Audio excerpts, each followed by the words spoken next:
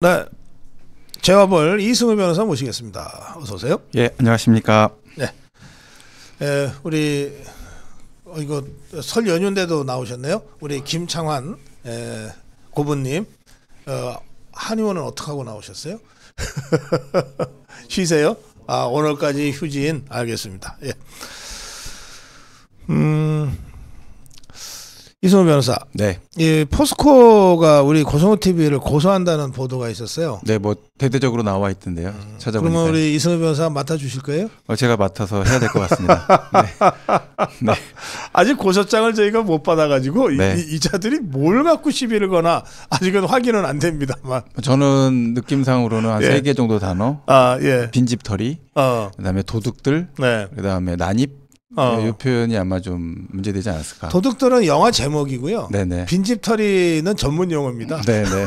그래서 그게 본인들을 구체적으로 적시해서 예. 허위 사실을 가지고 네. 명예훼손을 했다라면 취지지 않을까라는 생각은 들었습니다. 아, 네. 그래요? 네. 그럼 저는 어떻게 되나요? 형사소송법에 따라서 예. 피의자의 권리를 적극적으로 행사하셔야 될 것 같습니다. 아, 권리 네. 행사를 하면 됩니까? 그렇습니다. 알겠습니다. 네. 나머지는 변호사가 하시면 됩니다. 네네네. 참 웃겨요, 이자들. 어떻게 보세요? 뭐 저희 고정 TV뿐만 아니라 범대위도 고소한다 그러고 그러는데. 네네. 이게 국민기업 포스코가 어떻게 몰락을 해도 이렇게 몰락할 수가 있나요? 포스코 민영화부터 시작돼서 여러 가지 복합적인 네. 문제가 있는데요. 네. 현재 이제 포스코의 가장 큰 이제 특징이다라고 한다면 네. 사실은 많은 교수님들이 주장했던 부분인데 네. 소유와 경영을 분리하자. 어. 그래서 소유와 경영이 완전히 분리가 됐습니다. 참네, 그래서 이제 그 공시를 이제 공개적으로 이제 게시하라고 하는 그 네. 지분이라는 게 있거든요. 예. 근데 임원인 경우에는 이제 게시를 하게끔 돼 있고요. 음흠. 그게 뭐 한 주라도요. 네. 10% 이상의 대주주 그리고 5%를 초과해서 갖고 있는 주주의 경우에는 주 변동에 대해서 공시를 하게 되는데요. 포스코 경우에는 공시를 제외하는 주주가 75%에 달합니다. 그래요? 그게 네. 무슨 뜻이에요? 그러니까 5% 미만의 주주로 대부분이 구성되어 있다는 거죠. 그래요? 네. 이제 그런 상태가 거의 4분의 3 정도가 공시할 의무가 없는 뭐 소액 주주라고 말하기는 좀 어렵지만 소수 주주로 구성되어 있다. 아하, 예. 그러면 이게 어떤 문제를 야기할 수 있느냐? 좋게 보면은 소유와 경영이 분리돼서 네. 전문 경영인 체제로 회사 운영할 수 있다라고 말할 수 있지만 지난번 그 빈집털이 얘기하실 때 말씀하신 네. 것처럼 주인 없는 예. 주인 없는 집. 네. 예, 이 형태가 되는 구조가 될 수가 있는 거죠. 그래서 전문 경영인 체제가 잘 운영된다고 한다면 전문 경영인이 장기적인 어떤 경영 안정성을 갖고 네. 이사회를 통해서 주주총회보다 우위에 오른 어떤 전문성을 갖고 지배할 수 있다라고 볼 수 있지만 전문 또 경영인 체제가 악화되게 될 경우에는 실제로는 주인 없는 집에서 경영인들이 자신들의 이익을 위해서 네. 자기 주식을 대량 매집하고 그래서 주가를 안정시키는 방식이 회사의 경영상의 성과가 아니라 네. 자기 주식 취득을 통해서 처리하는 형태로 시장의 메커니즘을 이용해서 수요 공급, 네. 주식 수요 공급만 이용하는 방식이 되거나 경영 전담을 하고 있는 그 전문 경영인들의 개인적인 이익을 추구하는 사익 추구 현상이 크게 나타날 수 있다. 이 두 가지 문제인데 지금 이제 고 박사님께서 지적하신 부분이 바로 그 후자에 해당되는 그래요. 소유자가 없는데 경영인들이 전문 경영이다라고 말은 하면서 실제로는 사리 사욕만 추구하고 있는 것 아니냐 이제 이런 지적을 하신 것으로 저는 생각합니다. 그러니까 이게 이제 포스코 허위사실 적시에 의한 명예훼손이나 무고 뭐 이런 식으로 고소를 했다고 보도가 됐어요. 했는지 네네. 안 했는지 모르겠는데. 네, 그러면 이게 허위사실인지 아닌지를 확인을 해야 되잖아요. 네네. 법원에 가서. 네. 그러면 이자들이 그 사익 추구를 했는지 아닌지를 확인하면 되잖아요. 저는 이 부분에 네. 대한 다툼이 이제 멋있게 얘기하면 형식과 실질의 싸움. 그러니까 박사님이 실질을 이야기하시는 거고 저쪽은 형식을 이야기할 거고 예. 조금 낮춰서 이렇게 낮춘 표현보다 조금 더 노골적으로 표현하면 껍데기와 알맹이의 싸움이다 이렇게 생각을 합니다. 네, 네, 이제 그런 형태로 허울 좋은 명분을 가지고 서로 허위 사실을 평가할 것이냐, 실질적인 알맹이를 놓고 네. 사실관계를 평가할 것이냐, 이 문제가 이제 아마 거대한 그러니까. 쟁점이 될 것 같습니다. 네. 예. 한 끼에 수천만 원짜리 밥을 먹은 것이 사익 추구냐 아니냐 이걸 이제 우리가 판단하면 되는 거예요. 그렇습니다. 예. 네. 한 끼 밥 먹는데 수백만 원짜리 와인을 지것들이 개인적으로 주머니에서 돈을 내고 사 먹는 거는 누구도 시비 안 해요. 그렇습니다. 이걸 포스코 돈 갖고 먹었는데 이게 사익이냐 공익이냐 이겁니다. 네네네. 헬기 대절을 해서 한 40분 날아갔는데 1억 넘게 썼어요. 근데 막상 날아가서는 시찰을 해야 될 거는 시찰을 안 하고 골프 쳤대는데 자 그럼 이게 공익이냐 사익이냐 이거잖아요. 그러니까 이렇게 얘기할 때 반대편 입장에서는 형식적으로 보면 네. 내가 사회이사고 내가 이사회 결의를 형식적으로 다 거쳤는데 그 껍데기나 뭐는 요런 모든 형식은 다 갖췄는데 그게 무슨 문제가 있느냐라고 그렇지, 그렇지. 얘기를 할 거고 네. 이제 박사님과 저는 얘기를 주로 한다면 아니 그게 껍데기만 갖췄지 껍데기를 치고는 허울좋을 명분 아니냐. 실제로는 그 안에 있어서 결의 내용 자체가 배임을 실제 구성하고 있고 네. 여러 가지로 실질적인 가치를 담고 있지 못하지 않느냐. 그러면 그 부분에 대해서 그렇게 지적하는 게 뭐가 문제가 있느냐라는 결국은 이제 그렇죠. 껍데기와 알맹이의 싸움입니다. 네. 네. 예, 껍데기만 보면 문재인이도 선거로 당선된 대통령이고 그래요. 네. 그리고 대통령 권한으로 귀순한 어민을 대통령 권한으로 형식상 대통령 권한으로 북한에 보냈고. 그건 약간 좀 얘기가 좀 다를 것 같습니다. 그건 헌법을 좀 위반했을 소지가 있기 때문에. 네, 네. 그거는 좀 딱 그런 거야. 예. 자 넘어갑시다. 네. 예. 우리 장석원님이 오늘 인천 오시면서 따끈한 라떼 한잔 하세요 하고 슈퍼챗 하셨고요. 김영일님이 박사님 새해 건강하시고 복 많이 받으세요 하셨고 조광자님이 아미고에 들어오셨습니다. 환영합니다. 자. 이재명이 김혜경이 있잖아요. 네. 아니 난 이게 사람 이름만 없었으면 어디 동물원에 갖다 줬나. 아니 과일을 어떻게 이렇게 제가 의사한테 물어봤다니까. 네. 과일을 이렇게 많이 먹으면 어떻게 됩니까? 그랬더니 큰일 난대. 당뇨 걸리죠. 아 글쎄 큰일 난대. 네. 그러니까 제가 보면서 예. 두 분이 경기도 법인카드로 생계를 네. 유지하신 것 같다 생각이 좀 많이 들었어요. 그러니까 식비도 그거로 다 쓰시고 예. 과일도 이거로 다 쓰시고 그리고 집으로 보내시고 네. 공간에 냉장고 넣어서 처리하시고 근데 또 그 예산 자체에 사용된 전용된 항목이 또 하필이면 그 질병과 관련된 예산을 갖다 쓰셨단 말이에요. 그러니까 사실 전용되면 안 되는 예산이지 않습니까? 네. 사실 코로나 때 그 급박한 와중에서 과일값 을 그 돈으로 전용해서 쓴다는 거는 네. 사실 저는 좀 상식은 옛날부터 좀 많이 벗어나 계시긴 하지만 예. 하여튼 좀 뭐랄까 법률적인 원칙과 뭔가 판단에 대한 문제가 근본적으로 존재한다는 생각이 좀 많이 들었고요. 네. 이런 것까지 수사해야 되느냐라는 야당의 반발이 있긴 하지만 이런 것까지 우리가 알아야 되는 그 마음도 참담하거든요. 네. 법인카드로 과일을 1,000만 원어치를 구입했고 그 부분 관련돼서 여러 가지의 공급들이 있었을 뿐만 아니라 순회동 자택으로도 보내고 사실 이런 일 자체에 대해서는 이제 중단돼야 되고 더 이상 이런 일이 반복되지 않도록 만들기 위해서 확인이 필요하다 생각이 듭니다. 네, 이승우 변호사 잠깐 말씀하셨지만 과일값 결제를 한 그 법인카드 이게 도청 예산이니까 뭐 10원 하나도 다 항목에 따라서 지출해야 되잖아요. 그렇습니다. 근데 보니까 코로나19 생활치료센터 예산을 네. 코로나 때 코로나 치료하라고 쓴 예산을 지그들 과일 사 먹는 데 썼다는 거 아니에요. 전용을 해도 전용할 게 따로 있지. 그러니까 좀 멀리 있는 돈이거든요. 제가 볼 때는요. 굉장히 멀리 있는 돈이에요. 네. 그러니까 이제 그런 돈 관련해서 항목이 이렇게 있을 때 사실 전용을 한다 하더라도 근처에 있는 걸 갖고 전용을 하면 네. 잘못은 했어도 좀 이해가 되는 부분이 있잖아요. 근데 멀리 떨어져 있는 돈을 갖다가 이렇게 구석에 있는 돈 갖다가 막 나온다고 막 쓰고 이렇게 돼버리면 보는 입장에서는 이분이 과연 이렇게까지 하시면서 국가의 세금과 세정과 행정을 총괄하는 대통령 후보가 되겠다라고 말씀하시는 걸 들으면서 네. 좀 저는 개인적으로 굉장히 아연실색하는 그러니까 납득이 전혀 안 되는 그런 일들이 반복된다고 생각됩니다. 알겠습니다. 자, 조국이가 2심에서도 2년형 받았죠. 네. 근데 왜 구속이 안 돼요? 굉장히 이례적이다라고 말씀드려야 될 것 같고요. 예. 항소심까지 그러니까 1심하고 항소심이 결론이 다를 때가 있습니다. 예. 1심에서는 무죄가 나왔거나 항소심에서 유죄가 나오고 뭐 반대의 경우 이럴 경우에는 보통 법정 구속을 안 할 수도 있습니다. 네. 대법원 가서 어느 쪽의 결론이 맞는지 다퉈질 여지가 있기 때문에 그렇습니다. 근데 보통 1심에서의 판단과 항소심의 판단이 똑같다. 결론이 거의 대동소이하다. 그러니까 1심에서도 2년, 네. 2심에서도 2년 이렇게 된 거죠. 네. 그러니까 그렇게 대동소이하고 다른 게 별로 없다라고 본다면 대법원에 올라가도 쟁점 사실관계가 안 됩니다. 그러면 이 경우에는 특별하게 뒤집힐 만한 내용이 없거든요. 그럼 보통 법정 구속을 하고 사안을 처리하는데 정치적인 여러 가지의 부담감을 고려해서 법정 구속을 안 한 것으로 저는 판단이 됩니다. 아니 그런 법적인 그러니까 정치적인 고려를 재판부가 왜 해요? 요새 이제 정치적인 고려를 법과 양심 두 개 갖고 재판하는 거 아니에요? 법과 양심만 고려하지 못한다라고 저는 생각을 합니다. 네, 법과 양심만 갖고 고려해서 하기에는 법원이 너무나 지난 몇 년간 큰 내용을 치렀죠.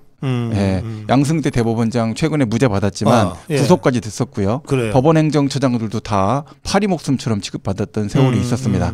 그런데 어떻게 판사들이 정치화가 안 되겠습니까? 그 정치화에 대한 책임도 전 정부에서 부담을 가졌다는 생각합니다. 근데 그럼 그렇다 치고 아니, 조국이 눈치 볼 일은 아니잖아요. 그래도 조국이가 뭐라고? 뭐 이재명이는 살아있는 권력 같이 보이니까 그것도 아니지만. 네네. 살아있는 권력처럼 보이니까 뭐 눈치 본다. 그게 말이 되는데 조국이는 뭐라고 조국이 눈치를 봐요? 원래 원님이 무서운 게 아니거든요. 아전이 무섭다. 네, 원님이 안 무섭습니다. 사실은 원님은 대화가 됩니다. 그래서 여러 가지 잃을 것도 있고요. 근데 보통 그분보다는 주변에 있는 분들이 더 무섭거든요. 네, 그렇기 때문에 여러 가지 고려하셨을 거라 보이고 지금 또 더더군다나 이제 조국 그 전 법무부 장관의 경우에는 그 비법률적 방법에 의해서 명예를 회복하겠다라고까지 얘기를 했고 재판부에 아마 그 부분에 굉장한 호소를 했을 겁니다. 법정 구속을 하면 뭐 공직자로서 선출을 받을 수 있는 선거 참여 기회가 박탈된다. 그러니까 대법원 판결에 나와서 확정되기 전까지는 뭐 이거 현재의 법정 구속을 면하는 상태를 해달라 이런 요구를 굉장히 많이 했을 것이고요. 재판부에서 여러 가지의 주장보다는 그 주장과 관련돼서 이제 책임을 대법원으로 넘겼다 이렇게 저는 생각합니다. 그럼 좋아요. 네. 대법원으로 이제 상고가 가는데. 선거 전에 대법원이 판결 나올 가능성은 있습니다. 있죠. 있습니다. 그러면 이제 그것으로 최종심이 끝나버리니까 끝납니다. 네. 이제 감옥에 가는 거고. 그렇습니다. 그러면 피선거권 자체가 박탈되죠. 없어지겠죠. 네. 그런데 대법원이 대법원도 눈치 보느라고 일단 선거 결과는 지켜보자. 그래갖고 선거가 치러졌고 조국이가 국회의원 배지를 달게 됐어요. 그런데 유죄는 났어. 그러면은 바로 박탈당하잖아요. 네, 그렇습니다. 그렇죠. 그때도 불구속할 수 있나요? 아니요, 그건 불가능합니다. 그거는 초헌법적 상황이 벌어지는 거라서 불가능하고요. 대법원은 그렇게까지 고려할 수 있는 입장은 안 될 것 같습니다. 그러니까 고등법원에서는 이와 같은 내용들을 항소심에서 판단할 수가 있겠지만 대법원은 최종 확정을 하는 단계이기 때문에 이 점에 관련돼서는 심리불속행 상고기각, 그러니까 3개월 이내에 판단하게 돼 있거든요. 심리불속행 상고기각으로 아마 사건이 끝날 가능성이 좀 높지 않나라고 생각을 합니다. 심리불속행이라는 단어는 심리를 속행하지 않고 하지 않고 현재 의견이 올라온 상태에서 상고 이후 검토하고 기록상의 보고 내용을 이건 재판 하나만 하나요? 재판 연구관을 형태에서 검토해 보니 해당되는 사항 관해서 원심 판단에 대해서 특별히 검토할 만한 내용이 없다. 그게 끝날 가능성이 있고 만약에 이제 해당 사안 관련해서 심리를 속행해서 원 재판부로 3개월이 넘어간다라고 하게 되면 원 재판부가 설정이 돼서 대법원 부가 결정이 되고요. 그 부의 사인 재판관. 그러면 시간이 한참 걸리죠. 시간이 좀 걸리게 될 수 있습니다. 그렇게 될 수가 있습니다. 그런데 심리하지 않고 기각으로 결정 날 가능성이 더 많다는 저는 말씀이시죠? 왜 그러냐면 항소심과 원심, 1심 재판이 판결의 이유 구성이 대부분 대동소이하고 새로운 형태의 판단이 없는 상태에서 정경심 씨에 대한 약간의 양형 판단만 있었거든요. 그러면 더 이상의 어떤 항소에 대한 판단 이유를 검토할 만한 내용이 없다라고 생각하는 거죠. 자, 그럼 그렇게 해서 대법원이 심리 불속행하고 기각하는 순간 이제 2년형이 확정되잖아요. 그렇습니다. 그러면 바로 그 순간 감옥을 갑니까? 바로 가야 됩니다. 그것도 한 며칠 있다가 가겠다고. 며칠 있다 간다라고 한 적이 있었죠. 실제 집행하는 단계에서. 왜냐하면 영장 자체를 법원이 결국 이제 구속을 해야 되는 판결이 나왔으니까 집행을 하는데 집행을 누가 합니까? 검사가 하게 됐습니다. 그러니까 검사가 집행하는 데 있어서 그 집행과 관련된 신병 처리하는 절차를 밟는데 바로 들어가는 경우가 있을 수가 있고 약간의 이제 뭐 조정을 하고 들어가는 경우가 생길 수가 있죠. 가족들하고 인사하는 시간. 그런데 예외는 사실상 인정이 거의 안 되는 거고요. 확정되면 형기가 시작이 돼야 되기 때문에 원래 즉각 구속이 맞죠. 신병 인수인계가 바로 즉각 이루어져야 됩니다. 그게 조국이한테도 나을 거예요. 하루라도 빨리 시작해서 빨리 마치고 빨리 나와야지. 그 생각은 다 다른 것 같습니다. 네. 네. 알겠습니다. 네. 자, 이성만이를 이제 불구속 기소했습니다. 네. 돈봉투 의혹과 관련해서 이제 윤관석이는 실제 주범은 송영길이겠고, 네. 윤관석이는 이제 책임자, 네. 실무 총책이고, 여기까지는 이제 확정이 됐고, 네. 1심에서도. 그다음에 이제 돈을 이제 뿌렸으니까 받은 자들이 있을 거 아니에요. 예. 그 받은 자들 중에서 첫 번째로 기소된 게 이성만이에요. 구속영장까지 한번 청구가 됐었지 않습니까? 예. 그러니까 이미 조사는 구속영장 청구 단계에서 거의 완성돼 있다라고 보시면 될 것 같고요. 네. 다만 공소 제기하는 시점을 조금 유보적으로 본 것 같습니다. 네. 그래서 윤관석 의원 관련된 사건이 정리되는 것을 보고 이제 확실하게 정리가 된 상태에서 1차적으로 이성만 의원에 대한 기소를 한 것이다라고 저는 생각이 되고요. 네. 제가 봤을 때 검찰 입장에서도 이 사건을 급하게 갈 내용이 없습니다. 해당 사안 관련돼서 여러 가지 사실관계와 공범관계를 고려해 봤을 때 이 점을 급히 기소해 갖고 몰아갈 만한 사안이 아니고요. 다른 중요 사건들이 많습니다. 그리고 실제 조사 관련돼서도 서면 불응, 서면 소환 통보해도 불응하고 있는 국회의원 지위를 이용해서 여러 가지 복잡한 체포동의안 문제부터 회기 불계속 상태에서의 체포영장 청구 이런 여러 가지 여론의 부담 또는 정책 부담이 있기 때문에 재판 관련돼서 급하게 몰기보다는 이성만 의원에 대한 기소를 하고 추가적인 소환 조사를 하면서 진술의 모순 이런 것들을 이제 확인하고 그 점을 추궁해 나가는 형태로 조사가 계속 반복돼서 진행될 것 같습니다. 이미 다 이렇게 그 가두리에 갇혀져 있으니까 네. 굳이 막 급하게 잡아내 갖고서 이렇게 할 거 없다. 출하 시점을 고려하는 거죠. 네. 네. 네. 그보다 더 중요한 사건들이 많으니까. 워낙 많습니다. 지금 사안들이 워낙 알겠어요. 많고요. 네. 참, 자 마지막 주제인데요. 그 우상호 환자가 JTBC 유튜브 라이브에서 욕을 했어요. 네. GX 이렇게 욕을 했어요. 네. 이거 자체는 무슨 사법 처리 대상이 안 됩니까? 직접적인 사법 처리의 대상이 될 수가 있죠. 그러니까 그 표현 자체가 문장 속에서 등장하지 않았습니까? 문장에 등장한 사람들이 특정되어 있고 한다면 그 사람들에 한동훈 대한 비대위원장이 특정돼 있어요. 네. 그 사람에 대한 그 행위지 않습니까? 그 욕설 자체가 그렇죠. 특정한 행위에 대해서 미쳤다. 다중한테 영향을 미치고 재정상이 아니다. 그리고 그게 완전히 정신적인 이상 상태에서 한 행동이다. 이런 느낌을 그러니까 뉘앙스를 담고 있는 이제 평상시에 술자리에서 많이 쓰는 이제 그런 표현을 쓰셨는데 이 표현 자체가 모욕죄를 구성하거나 명예훼손을 구성할 수는 있다고 보이는데 저는 한동훈 위원장이 지금 그렇게 구성하려는 의지는 갖고 계시지 않은 것 같아요. 첫 멘트가 전혀 그런 뉘앙스가 아니었거든요. 그러니까 그냥 그 상태로 원래 그 수준이다. 이렇게 평가를 하셨단 말이에요. 근데 사실은 좀 우리가 생각해 볼 필요가 내가 말을 하냐 짓지. 그래도 그분이 국어국문학과 전공자신데. 그래요? 네. 좋은 학교에 국어국문학과 나오셨어요. 국어국문학과를 하도 걔는 짓는 것밖에 못해요. 그러니까 하여튼 그런 상태라서 이제 언어 선택을 하시면서 국어국문학 전공자로서는 사실은 하실 수 없는 그런 표현을 이제 우상호가 이랬네요. 표현이 과했던 건 인정하지만 사과할 생각은 없다. 부끄러움을 모르는 거죠. 네. 부끄러움을 모른다는 얘기는 반성하지 않는다는 얘기고요. 또 보시게 될 겁니다. 알겠습니다. 네. 마무리 한 말씀 해주세요. 네. 설 연휴 잘 보내셨습니까? 저도 부모님 가서 뵙고 연휴 잘 보내고 왔습니다. 그리고 지금 건국 전쟁 한참 핫한데요. 저는 사실은 처음에 가족과 3명이 가서 보려고 하다가 예매만 해놓고 못 갔습니다. 근데 예매 취소는 안 했고요. 그 상태로 뒀거든요. 그리고 나서 이제 제가 친하게 모시고 있는 교수님 한 분하고 같이 가서 도곡동에 있는 그 롯데시네마에서 봤습니다. 보고서 굉장히 많은 새로운 사실들을 알게 됐고 또 여러 가지로 이 헌법 교과서에 적혀져 있던 내용들만 비정치적인 입장에서 배웠었던 기억이 여러 가지 들었는데요. 마침 또 고성국 TV에서 지금 말씀하시는 거 들으니까 같이 관람하시겠다라는 이야기를 제가 들었습니다. 앞으로 저는 한 번 더 영상을 볼 수 있으면 보고 보지 못한다들을 예매를 해서 한 번 더 그 관객 숫자가 많이 늘어날 수 있게끔 격려에 힘을 실으려고 노력을 해보겠습니다. 하여튼 앞으로 이 건국전쟁이 크게 히트를 좀 더 해서 보수와 진보와 관련된 여러 가지 가치관이 좀 재정립되는데 네. 큰 이바지가 됐으면 좋겠습니다. 네, 예, 고맙습니다. 말씀 잘 들었습니다. 네, 예. 감사합니다.